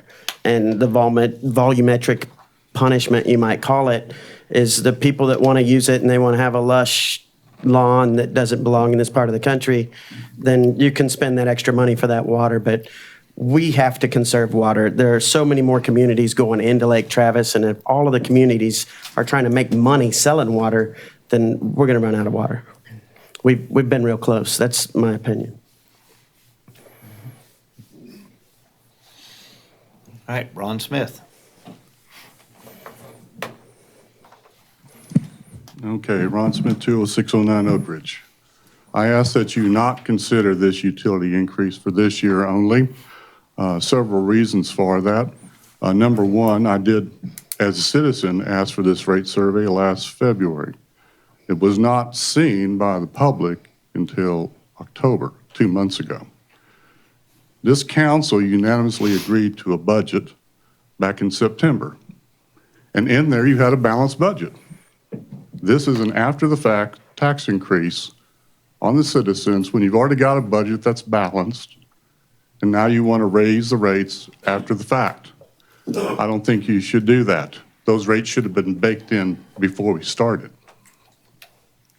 Now, I don't know why there's not that much money we're talking about here. And when you look at the 2019-2020 CIP, for which this is probably targeted, there's not much CIP money out there. Probably not, this probably would pay for that difference. But it's not the money that's the issue. It's the fact that constantly the citizens are being asked to pay an ever-increasing amount of water for the utilities. And we're doing so with less water being used. And yet there's nothing in this fee schedule that addresses any fee increases for golf. Nothing in this thing addresses fee increases for golf. But boy, we'll sure raise the fees for all the citizens to use water in this town. So when are we going to start looking at all of our enterprise funds? Golf is one of them, water's one of them, airport's one of them. When are we going to start doing some rate increases on some of those things? Why is it always water? Everybody in this town uses water. Everybody in this town uses sewer. Not everybody in this town plays golf, and yet we constantly go, the excess money from water winds up either in a utility fund or winds up in the reserves, both of which get used to offset other spending. The water department is not your piggy bank. Quit tapping the water. Give them a break for another year. Leave it alone and let them do it. Just leave it alone for 1 year. We'll revisit it next year, and maybe we can get that rate study put into the budget before you vote on the budget. Thank you. Thank you. All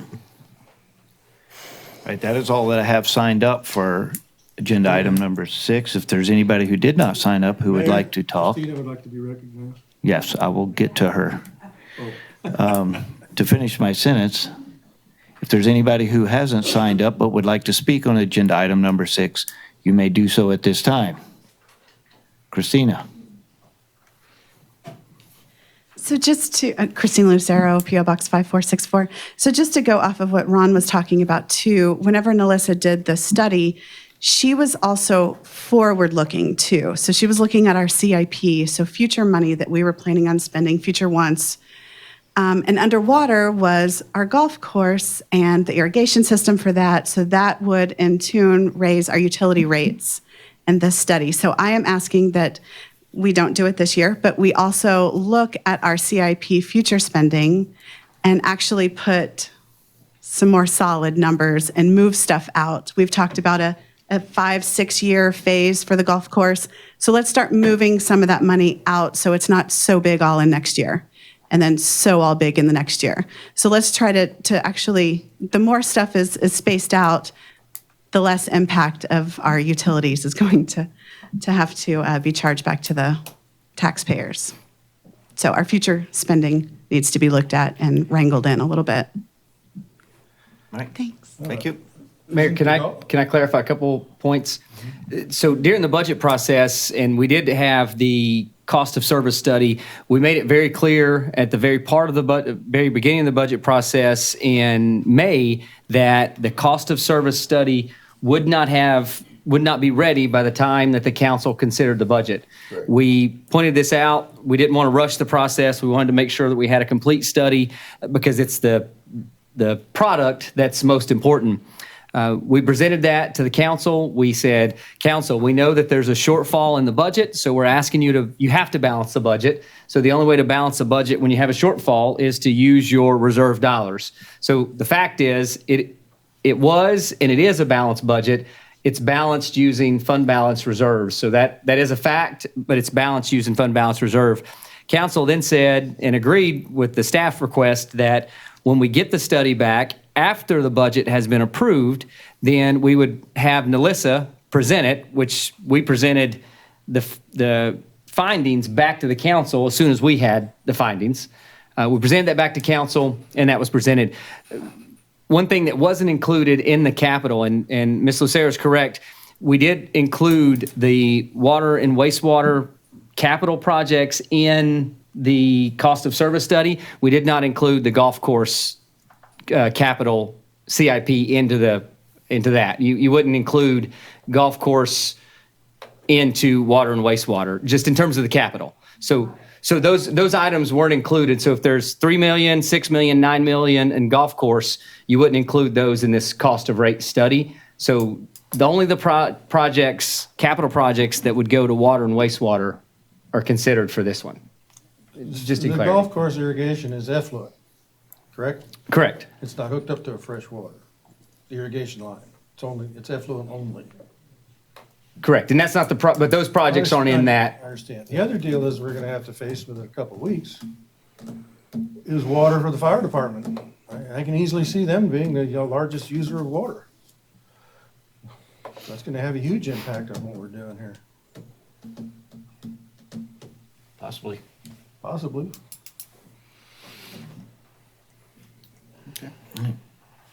Anyone else from the audience that has not signed up but would like to speak?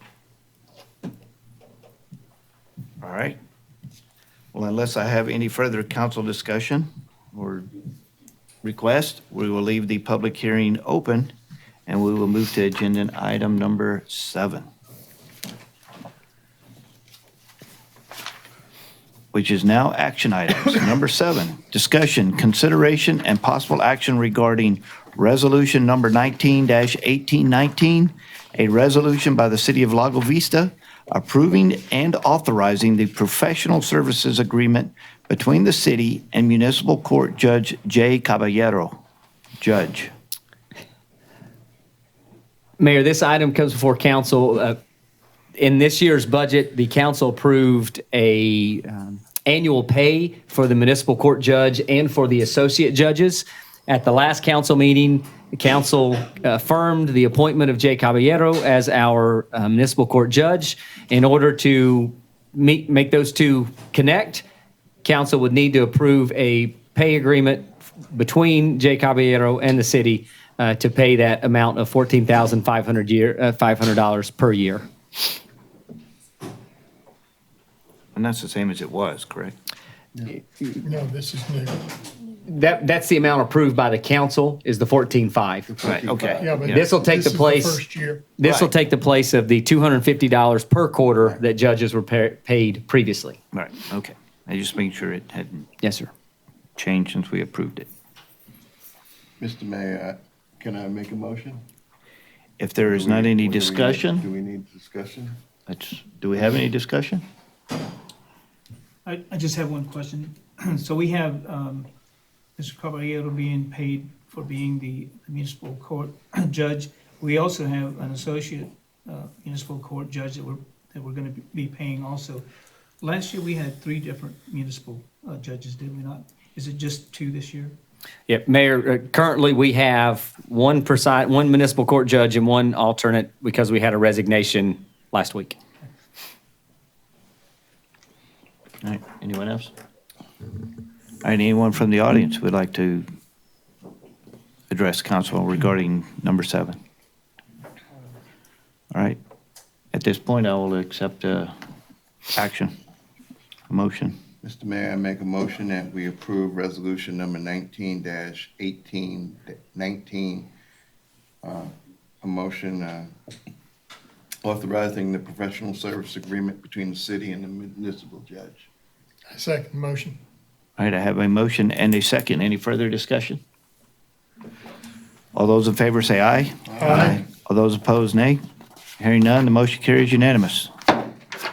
Number 8, discussion, consideration, and possible action regarding resolution number 19-1820, a resolution by the City of Lago Vista approving and authorizing the professional services agreement between the city and Associate Municipal Court Judge Stephen Spindler. Mayor, this item is almost the exact same with one minor difference. The municipal judge agreement has an annual amount of $14,500 to be paid monthly. The associate judge agreement is an hourly rate. So back to Councilor Davila's comment there, this is a $60 per hour for the services of this judge. This was also approved within our annual budget by the council. I have presented a hard copy to the council that we placed at your seat today. This, we sent both agreements. They were prepared through our legal. We sent both to the two individuals. Judge Spindler requested a couple of changes, and Aaron signed off on those changes. So we presented the hard copy to you for your consideration tonight. Aaron, can you tell us what those changes were? What the changes were? Sure. So the bulk of the changes had to do with some of the duties that were listed in the presiding judge's agreement don't apply to the associate judge. And so we removed those items, the duties. Okay. It was a simple oversight. We left those duties in the same, and he just wanted to make those changes. Okay. Anybody else? So my understanding is that the associate judge comes in when the primary judge can't make it? Correct. That's an hourly guy? Yes, sir. And do we have a certain commitment for the annual salaried judge to make it here as much as possible?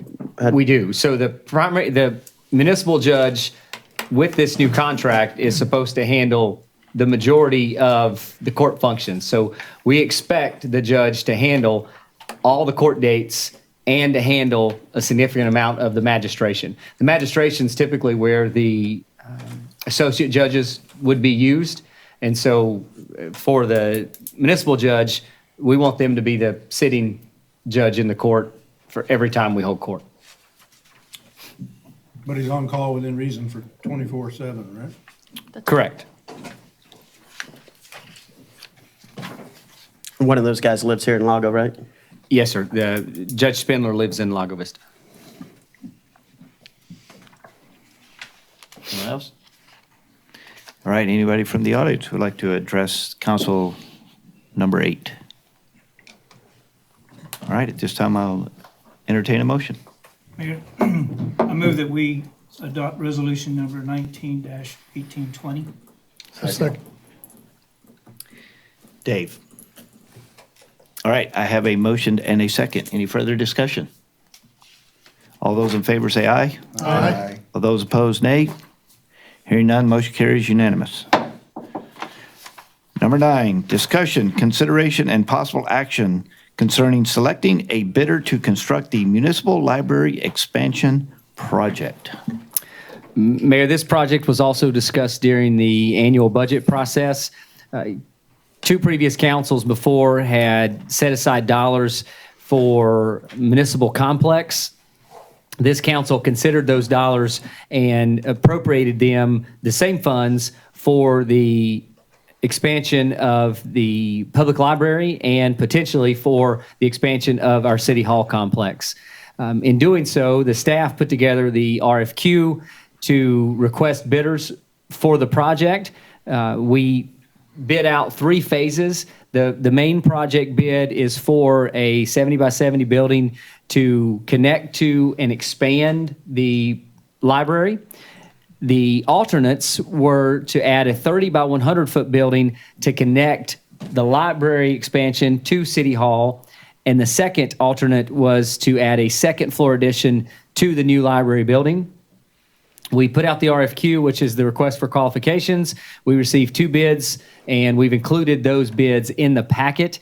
One bid is from Craftsman, and the second bid is from Gophers LLC. The low bid for the library expansion was $402,240 by Gophers. What staff is requesting is council to select a bidder so that we can move forward with negotiating a contract to get the projects moving forward. Mayor, I agree with the staff's recommendation. I think some of us have actually looked at Gopher's work here, and so I think he's highly qualified and the most qualified. This presentation to us that we have in the packet certainly is superior. And he's the low bidder by a good bit. And so I hope that we could select him. I would hope also that we would ask the staff to come back to us with data and costs associated with the expansion of the city hall. This is something we've been looking at for some time. We're out of space. We need to expand City Hall. We don't have room, literally, tonight for people to sit in the council chambers with us, so I think that's important. And the third thing that I think we ought to look at, if we could do it at the same time, is for the staff to bring back to us, because it's not in the cost estimates that we got from Gophers, what it would cost to clad. We know he's going to build a metal building, that's fine.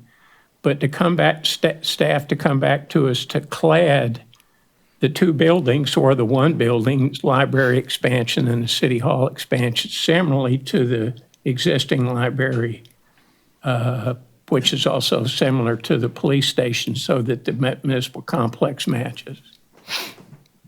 Do we know this design build? Do we know we're looking at one story, correct? Are we not? On the library? Yes, sir. So the design that we put out as an example would be a space that could be a taller building, and it could potentially have the infrastructure to create a second story inside. The only downside there, Mayor, is going to be the open space if you don't have that second floor on the top. So originally, we're looking at one story. Potentially, it could be a taller building that has extra space. Okay. Well, I just wondered if we were looking into the future, if we thought we might add the second floor at some point. Do we know if the building's going to be engineered so that we come in, that the rafters and stuff will hold the second floor? Yeah.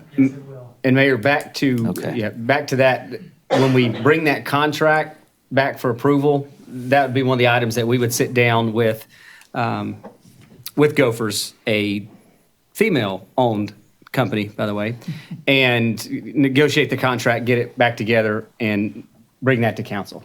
So I think those are the clarification points that Councilor Robbins talking about to bring back. And I think what the mayor's also indicating, that we'd like at some point to be able to go to City Hall to 2 stories. And we would pitch that back and bring that as an option, as a contract to council to consider based on numbers and feasibility. First reading, I was thinking the golfers were going to be building the library expansion, and I had to focus. That's also an option, but they didn't bid. So. Damn, golfers. Any other questions, comments? Anyone from the audience would like to ask a question on number 9? Yes, sir. I'm Richard Brown. I live at 4059 Outpost Trace. I certainly do support Mr. Robbins' comment that the building should be clad to match the existing library and the police station.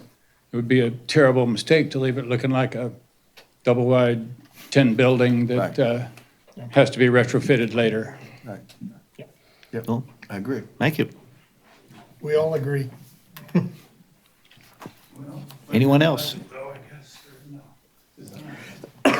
Anyone else like to comment on number 9? All right. Unless there's any further discussion, I will entertain a motion. Mr. Mayor, I make a motion that we contract with Gophers to provide the drawings and build for our expansion to the library with the proposal for an expansion from the library building to the city hall, and that we include in that capabilities to go to a second story. I'll second it. All right, I have a motion and a second. Any further discussion? Do you have all the numbers in front of you, or just the little? We have all of them that you sent us. And Mayor, what we'll do, if council approves this selection, then we'll go back with the contractor and work through numbers and contract and finalize it that way. Yeah, is the question for the motion maker, your authorized city manager to enter the contract? Yes. Okay. Well, the motion is about selecting the bidder. Well, it's selecting a bidder and authorize city manager in a No, it contract. says That's the my ability to question. negotiate and finalize the contract for the staff to be able to do that. Bottom line. All right. I have a motion and a second. Is there any more discussion, questions? All right, all those in favor say aye. Aye. All those opposed, nay. Hearing none, the bid has been awarded.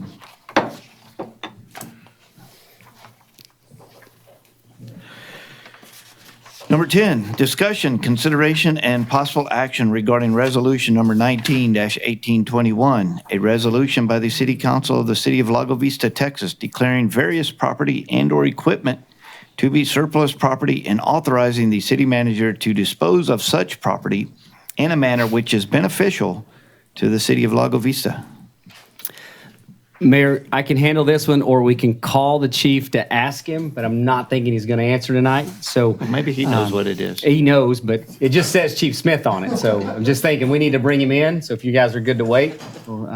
So what we do here with surplusing property is when we have equipment or items that we no longer have a use for and they do not have significant value, we surplus those out and then we dispose of them in a certain manner. What we've presented to you are 2 police vehicles. That would be the 2011 Ford and the 2007 Ford, and then 1 public works vehicle, and that would be the 1997 Chevy. I drive a 97 Ford truck. How come y'all's are going out and hating? Mine still runs good. It's abuse. Any questions, comments? No. All right, anybody from the audience who would like to address council on number 10? All right. At this time, I'll entertain a motion. Mr. Mayor, I make a motion to approve resolution number 19-1821. I'll second it. All right, I have a motion and a second. Any further discussion? All those in favor say aye. Aye. All those opposed, nay. Hearing none, the motion carries unanimous. Number 11, consideration of ordinance number 19-11-21- is that 0X or OX? 0X. An ordinance of the, it's a 0X. An ordinance of the City Council of Lago Vista, Texas, amending Article 9.1900 of Chapter 9 of the Lago Vista Code of Ordinances to increase the number of members of the Board of Adjustment to 8 qualified electors, providing for a savings clause, severability clause, effective date, open meetings clause, and providing for related matters. Who has the lead on this one? Me. Mayor, it's got Roy on it, but we'll give this on over to, no, you take it. As soon as I get in trouble, you can get. We'll put Tim Collins on there. Well, this is purely for the convenience, benefit of the petitioners before the Board of Adjustment. With 7 people, if I'm missing 1, I'm down to having a unanimous vote. If I'm missing 2, we don't meet. So having an 8th party, then I have the roundup numbers of 75% benefit, having the ability to meet and make a decision. Somebody will mention once of a 4-4 tie, well, it's a loss. You know, it's declination of whatever the person's. Right. But we had petitioners, we've had situations where we were unanimous, but majority was for the applicant, and other times we could not meet. Now, we've absorbed the cost of rehearing it, but this would be a much more convenient for our petitioners. All right. Anybody else? Thank you. Anybody from the audience? Wait, I do have somebody that has signed up. Freth Carroll.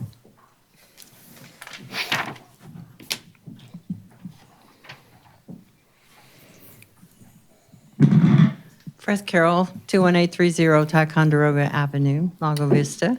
She's the president of our council. Yeah, I'm the Chair. chair for the Board of Adjustments. And yes, we've had several instances, well, maybe not several, but a few, where it required a unanimous vote or we didn't have a quorum, whatever, because there were one person out. Because by state law, we require supermajority to pass a variance, so that's a 75% vote. So it's either 6 out of 8 or 6 out of 7. So if we add one more, then we at least are not as likely to have a unanimous vote to pass a variance. Right, thank you. Thank you. All right, is there anybody from the audience who did not sign up for number 11 who would like to address the council? All right. Unless there's further consideration, I will entertain a motion at this moment. I make a motion that we consider ordinance number 1911-21-OX. 02. 02? That's the official. 21-OX. Yeah, but it's 02 now, Did it change recently? because it's considered. The Okay. X is the placeholder. OT, an ordinance of the City Council of Lago Vista, Texas, amending Article 9.1900 of Chapter 9 of the Lago Vista Code of Ordinances to increase the number of members of the Board of Adjustments to 8 qualified selectors, providing for a savings clause, severability clause, effective date, open meeting clause, and providing for related matters. Second. All right, I have a motion and a second. Any further discussion? All those in favor say aye. Aye. All those opposed, nay. Hearing none, the motion carries unanimous. You know, we've had long days, and for you to put an X in there just really throws us off. This wasn't Roy. This is someone else. Oh, well, whoever did it. Sandra. Still got a cough. Discussion item number 12, our city manager reports. Mayor, I have 2 reports. The first report is to go back to a comment that was made earlier. Council did have 2 mini work sessions. The past couple of years, we've had a full day work session. This year, we had 5 hours yesterday, and we were at the Airport Pilots Lounge. And then today, we were at the upstairs of the Highland Lakes Grill for another almost 6. 5 hours, right? 8 to 1. Yeah. So we had 10 hours collectively between the 2 days, and I think we had some really good discussions. We did have citizens there for both. We had 3, and yesterday we had 4 for some of that time, and I think that was a welcome addition for their discussions. It just goes back to show, you know, we have the discussions, we're trying to work through some concepts, some vision ideas, and that receiving some comments is definitely a plus. One of the best products out of these sessions is the fact that council is going to look into initiating the strategic planning session for 2020. And so for anyone that pays attention or cares about what's going on in the city, we're encouraging people to be involved in the strategic planning sessions. Strategic planning can be seen as a subunit of our comprehensive planning, which is a long-term process. Strategic planning is typically 3 to 5 year process. And so we want to get the juices going now. We're in November. Before you know it, December hits, and then January, we're going to try and start the sessions. So we're going to be inviting people into this facility, into our meeting rooms, meeting wherever people are at, and we want to get significant input. So it all starts with just like these meetings where we're inviting people in to discuss topics and provide input. So I think that was a fantastic process. And then the second thing is we have a closing date scheduled for the Marshall's Point House. City will sign on December 17th, and the closing will happen on December 18th. And so barring anything that happens crazy, Nothing ever happens. Then that's what our plan What's is. it insured for? What's that? What is it insured for? More than what it's selling for. Exactly.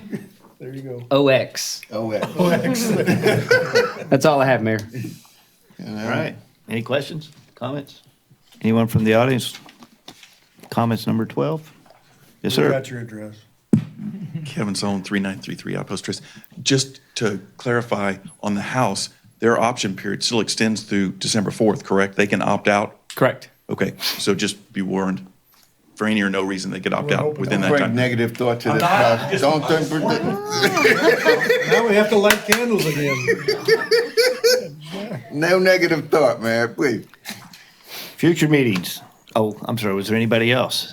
Number 12. All right. I think it Future might be meetings. important to note that we are de-annexing the house for this purchase. That was the agreement, right? And this, Mayor, this goes into this next agenda item you're on. We'll bring that back to council on the next meeting. So we'll have council consider the disannexation of 18001 Marshall's Point. Yes, that was a part of the request, and it just hasn't come back to us officially yet. Future meetings. Number 13, consider the schedule and any items for future council meetings. All I know of is fire chief. We've got that already noted. Who's FEMA? We don't like FEMA. No, it did just some minor changes. FEMA costs us money every time they change their map. Yeah, on the agenda, effective date of January 22nd, you got to get a new permanent map. It's just, that's floodplain, right? Floodplain related, yeah. Mr. Mayor, I have a request. At some of our discussions at the retreat, we discussed the golf course. And it seems pretty clear that there could be some large spending items on the golf course. I would like to see a new membership rate study possibly, if we can see what aggressive price changing we could do that might balance the budget.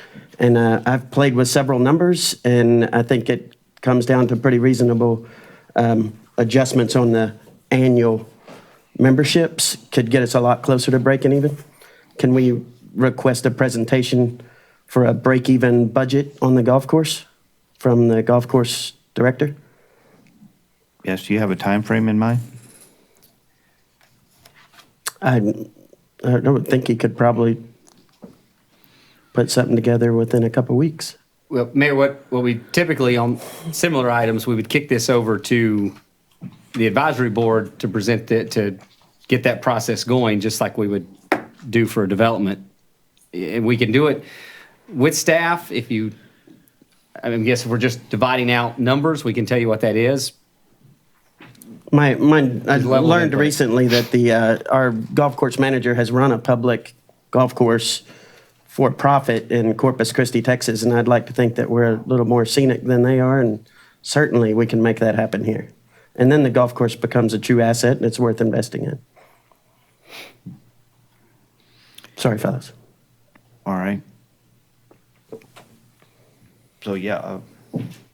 So is that something that the golf course advisory board does, or? Yes. And then they just bring it to us in doing that, Yeah, we don't send a lot to our advisory boards. So this would be one of those things to actually request, send to them and say, we want to get this report back to council. They will be meeting the second Wednesday of next month, and I can take that to them at that point. So we can't just direct the golf course manager to give us his version before they meet? No, you can't. You can direct me to do it. And I'm just saying, since we have an advisory board, that's all I was saying, is that it'd be useful to send them something to do. Whatever council says to do, Mayor, we'll do it. So what direction would we be sending to the committee? I'm assuming it would be a rate study for the golf course to see what the optimal rate is for all rates. To produce a balanced budget? Well, it would be. That's what I'd like to see. It would be based on other municipal courses in the area. You'd have to look at other courses that are around. I don't want to compare it to other courses because I don't think we compare to other courses. I'd like to see the numbers. What do you have to do to make it break even so we could justify spending more money on it? You have to improve the play. All right, well, we'll discuss it then. Anyway, So we'll say for a balanced budget. That's safe. That's what I'd like to see. Perfect. Okay. Mr. Mayor, I don't know if it's on the December 5th or the December 19th, but, I've been talking about taking P and Z to a 9-member board. I'd like to discuss the pros and the cons and get your input on looking at taking P and Z to a 9-member board for the reason of, Aaron said that, certain times we have to have special meetings. Well, when you have special meetings, you can't always get the 7 people that are on the board to attend those special meetings. They got it set in their mind on the regular meeting, but sometimes we need to switch it up a little bit. So I'd like to have some more members. So I'd like to flush that out. Which goes kind of hand in hand. At our December 5th, will we have all the vacancies noted and all that stuff so that we can, at the December 19th? We'll have the matrices and summary. What, on the 5th or the 19th? I can do it on the fifth. And all of our applications and stuff for the boards that we've accumulated, because we've advertised that correctly. Right, and the deadline is like, next week. Today. So Mayor, would you want us to deliver the matrix on the 5th and then discuss it, have council discuss it on the 19th? Or would you like to consider it on the 19th? We have to consider on the 19th because the terms end on the 31st. So we need to have everything in front of us the 5th, and then we You can. want the resolution for the 19th? For the 19th, yeah. Blanks. Yeah. Okay. Got it. I can't think of anything else.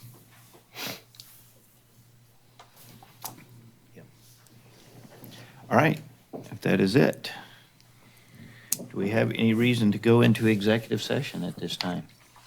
No. And we are way off. I will call this meeting adjourned at 8:34 PM. I'm just saying, I was closest to it, that's all. Dude, you know what? I was thinking 8:30, but I was like, there is no way I'm going to say Put in 8:30. any applications to be on any board. You should have, because we would have made Kinda it. regular. We didn't stop Leander.